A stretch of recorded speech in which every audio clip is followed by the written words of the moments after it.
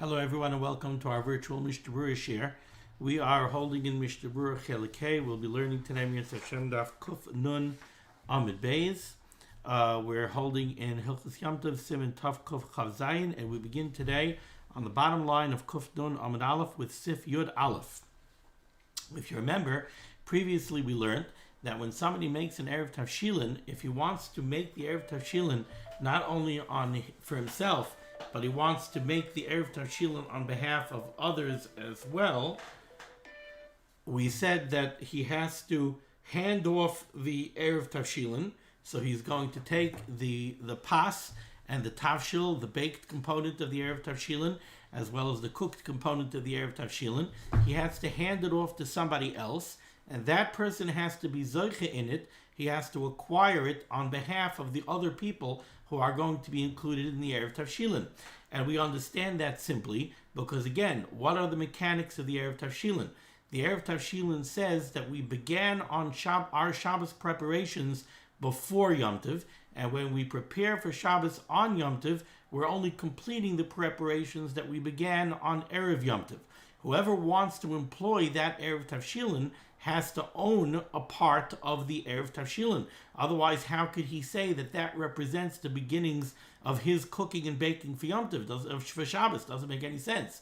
So you have to be mezakeh the Erev for other people. So you hand it off to somebody. That person acquires it not only for himself, but on behalf of all the other people that are going to be included in the Erev Tavshilin. So here in Sof Yud Aleph, the Mechaber says, Tzarech hazoiche, this fellow who is accepting the Erev Tavshilin, and he's being zoiche in the Erev Tavshilin for the other people, Tzarech hazoiche lahagbia ha'erev min hakarka tefach. He has to lift up the Erev Tavshilin off of the ground at least one tefach. Says the Mishnah Berurah is cut in Lamed Hey on the bottom line of Kuf Nun Amud Aleph, min hakarka. The words of the Mechaber are that he has to lift the Erev Tavshilin off the ground. Now that's assuming that the Erev Tavshilin was resting on the ground. Says the Chavetz Chaim, v'hu hadin im haya ha'erev munach al eiz davar. Let's say the Erev was not located on the ground. Let's say the Erev was sitting on the kitchen table. So then, shetzarach lahagbiyoy tefach. So you have to pick it up off of the kitchen table. One tefach. Vayin la'el simin shin samach vav sif tes. Chavetz Chaim sends us back to the halachas of eiruv chatzeros, where we discuss a very similar halacha when it comes to eiruv chatzeros. By eiruv chatzeros also, one person could prepare the eiruv and then hand it off to somebody else who is zoich in it on behalf of all the bnei hachotzer. So we discussed these same halachas over there. He sends us back to Shin Samach Vav Siftes, Ubamesha Kasavnu Sham, and in the parentheses here it sends us to the Mishnah Berurah Sif Nun Aleph and to the Bir Halacha. And if my memory serves, over there we discussed the case of where the eiruv is completely enveloped in somebody's hand, whether or not he's zoiche in that eiruv using a kinyan of yodoi, and he doesn't need hagbah at all. Okay, now we go to the top of Kuf Nun Amud Beis to Sif Yud Beis, says the Mechaber. So now the person is making the eiruv. So you have Ruvain is making the eiruv, and he hands off the eiruv to Shimon. Shimon is the one who's being zoiche in the eiruv on behalf of the other people that will be included in the eiruv.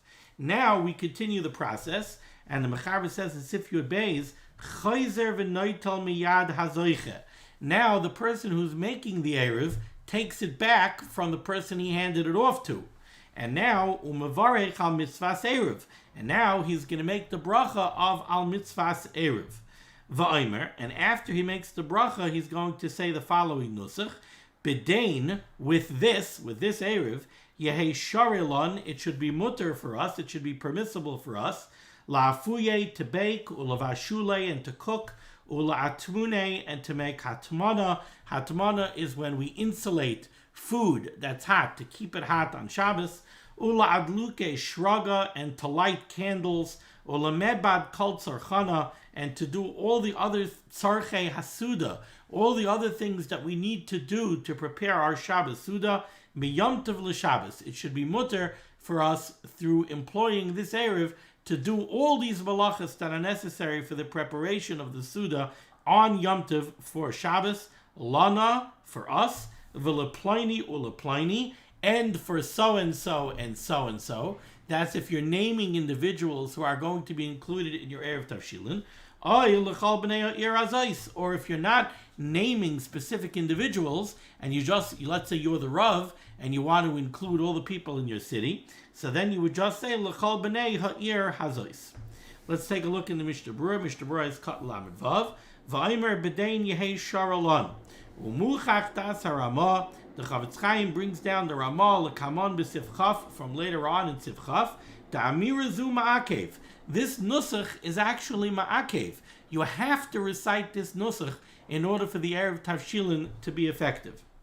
However, v'yesh cholkin bazeh, he does bring down that there are those who disagree with this. If you look in the Sha'ar Tzion, as Katnun, he brings this down from the Marshal. V'ayimrim, and they say she'ein ze elo lechatchila, that you only have to recite this nusach. This is only a requirement lechatchila. Ha'im shachach, but if you forgot to say this nusach, les lanba, we don't have a problem. Kevin shehechin tavshil lahatolaya bishul. Because the bottom line is, the ikar of the eiruv was that you went ahead and you prepared a cooked dish to show that you began your preparations for Shabbos before Yom Tov. And that you did. You did make the tavshil, just you didn't say the nusach. Not verbalizing it, the Marshal says, is not ma'akev. V'yispar l'kamon b'sivchaf, and this will be explained in greater detail further on in this Siman in sivchaf.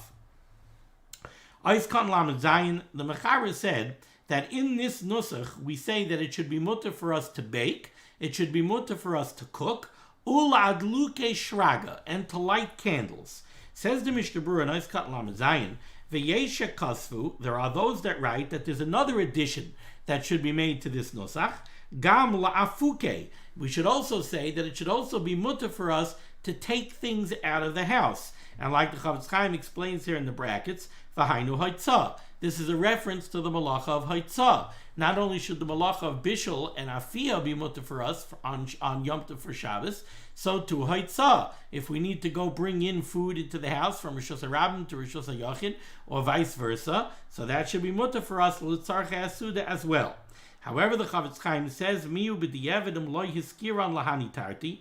If you didn't mention these two, if you didn't mention la'adluke shraga, you didn't mention lighting candles, you didn't mention haitzah, l'kuli alma ein lahachmir. Everybody would agree that we don't have to be stringent and say that now you're not going to be allowed to do haitzah l'tzarchei suda, or you're not going to be allowed to light candles.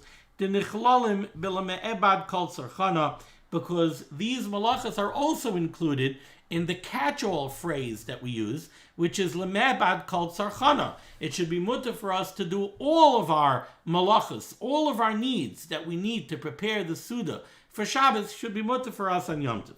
Eis katan lamed ches, the Mechaber's lashon was lemebad kol tzarchana, to perform all of our needs. Says the Mishnah Berurah, v'shuv mutarin kol malachos. Once you make the eiruv and you say this nusach, now all malacha that you have to do, l'tzarchei suda, anything that you have to do to prepare your Shabbos Suda, you're allowed to do on Yom Tov.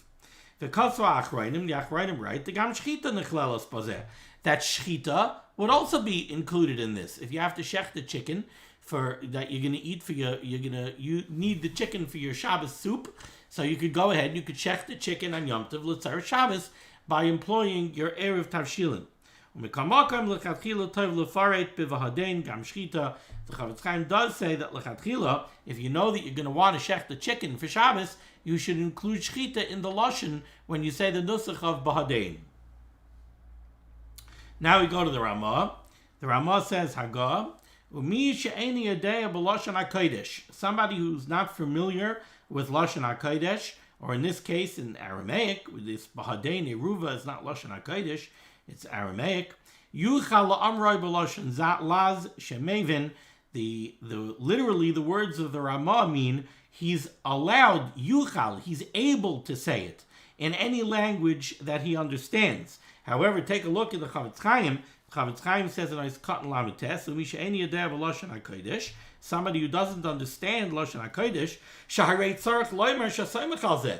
The first thing that the Chavetz Chaim points out over here is the reason this is so important is because it's necessary to verbalize what you're doing with this eiruv tavshilin. It's a very important component of making the eiruv tavshilin is to verbalize your intentions and to state that this eiruv is what's allowing me to do all my malacha to prepare for the Shabbos Suda on Yom Tov.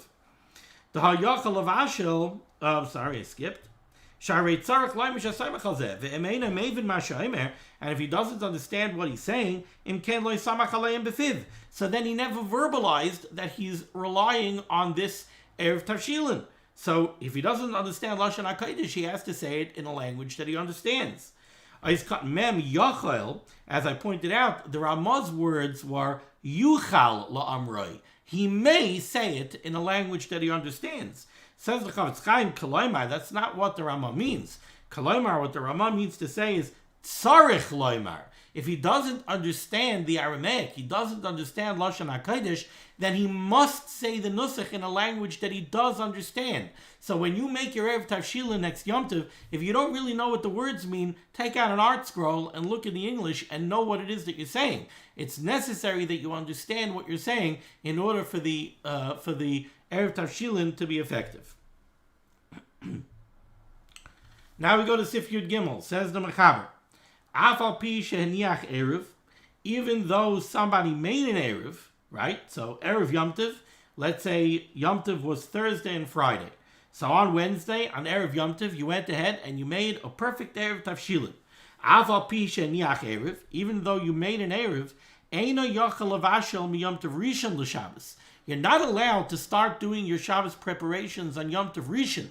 Don't think that the eiruv tavshilin that you made on Wednesday on eiruv Yom Tov allows you to put up your cholent on Thursday because you want a really cooked in cholent. No, you're only allowed to start doing the Shabbos preparations on Friday.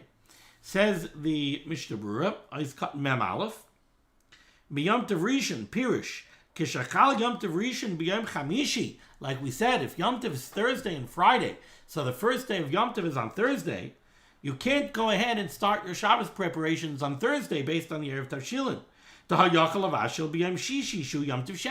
Because why are you cooking on Yom Tov Rishon? You could cook on Yom Tov Sheni for the needs of Shabbos. Let's say you know, on Friday, Yom Tov is Thursday and Friday, but I know that on Friday I'm going and I'm eating by my friends who live a mile away, and we're going to walk all the way there, and we're going to fabreng, we're going to have a long Suda, and then we're going to take a nap over there, and until we get back, it's going to be too late to make the Shabbos preparations. So I don't want to make the Shabbos preparations on Friday, on the second day Yom Tov. I want to make them on Thursday, on the first day Yom Tov. Says the Mishnah Berurah, no. Even if you know that on Yom Tov Sheni you're going to have an einus and you're not going to be able to do your Shabbos preparations on Friday, you're not going to be able to. You're not going to have time to go cook and put up a cholent. Ve'erev mitchila. So you made your eiruv tavshilin on Wednesday. Al manas kain sheyavashel b'yom rishon. You had complete intent. When you made the eiruv tavshilin on Wednesday, you had in mind, I'm making an eiruv tavshilin on Wednesday on eiruv Yom Tov in order so that I should be able to make my Shabbos preparations on Thursday on Yom Tov Rishon. Loi mahani. The Chavetz Chaim says that's not effective. That doesn't help you at all. Deloi tikdu eiruv ela miyayim asamach l'Shabbos. Because the Chachamim were only masakin an eiruv. They were only masakin that an eiruv works for the day next to Shabbos, for erev Shabbos. They didn't make an eiruv to allow you to prepare to do malacha on Yom Tov Rishon, where there's another day yet for between Yom Tov Rishon and Shabbos. V'lo miyom shalafanav ubefrat bizmanenu, and the Chavetz Chaim says certainly nowadays sheyom Tov Sheni kechol midaraisa, where really we don't have a sfeika diyoma. We know that the first day Yom Tov is really the Iker. We know that the first day Yom Tov is the real Yom Tov. And the second day Yom Tov is only a din d'Rabbanan because it's not really Yom Tov. So by us, Yom Tov Sheni is really a weekday midaraisa.